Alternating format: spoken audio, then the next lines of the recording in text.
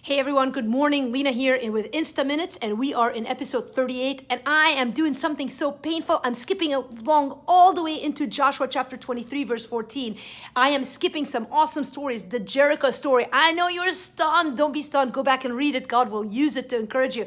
But I'm going to give you a little summary of some of the events that happen in the book of Joshua, but I want to read you the verse first and remind you that this teaching is called Promise Keeper God, which is the entire point of the book of Joshua. Joshua is describing the faithfulness of God faithful to his people not doing their part, not always faithful to him. And we're going to start to see that trend, if you haven't noticed it already, where God is faithful, keeping his promises, helping his people constantly failing and going back into sin. Listen, God knows that. He doesn't stop being faithful to us even when we are faithless. There's a verse in 2 Timothy that is awesome that says that, but we see that story, that arc in the entire Bible, God's goodness, not reliant on our behavior, but just because he is good. Now, let me read you Joshua chapter 23, verse 14. It says this, now Joshua, this is 25 years into the story. Joshua's about to die. And we're going to look today at this verse and then tomorrow at another verse that he's going to speak, both critical. But this sums up what this book is about, what this book Joshua is about. He says this, and now I am about to go the way of all the earth, meaning he's going to die like all of us are.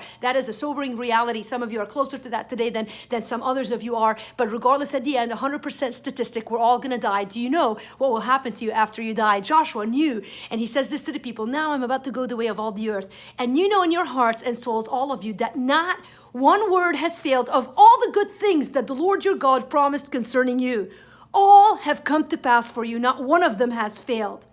All have come to pass. Not one of them has failed. Okay, if I just leave you with that today, that is enough food for the day. We serve a faithful God. You say, man, we see it in this book, all sorts of little stories that I skipped over. The Rahab's faithfulness, Jericho. Of course, there's moments of amazing faithfulness of the people of Israel. Jericho, Caleb, we see him come back and claim the land that God has promised him. But we also see some grave disobedience, Achan's sin, where he took some things he wasn't supposed to take, and God destroyed him. And of course, then they lost the battle at Ai because of their faithlessness. We see failure, a consistent failure of the people of Israel to annihilate, to destroy the people that God wanted them to destroy. So though they make it in the promised land, they'll leave the enemy. Many of us are living that way. We're in Christ, we're living in the promised land, but we've got sin in our life and we just don't want to get rid of it because we think it'll bring us some kind of joy. It won't. Listen, if God says get rid of it, you and I better take him seriously and get rid of it. Yet regardless, Joshua reminds us that we serve a God who is loving, steadfast in his goodness,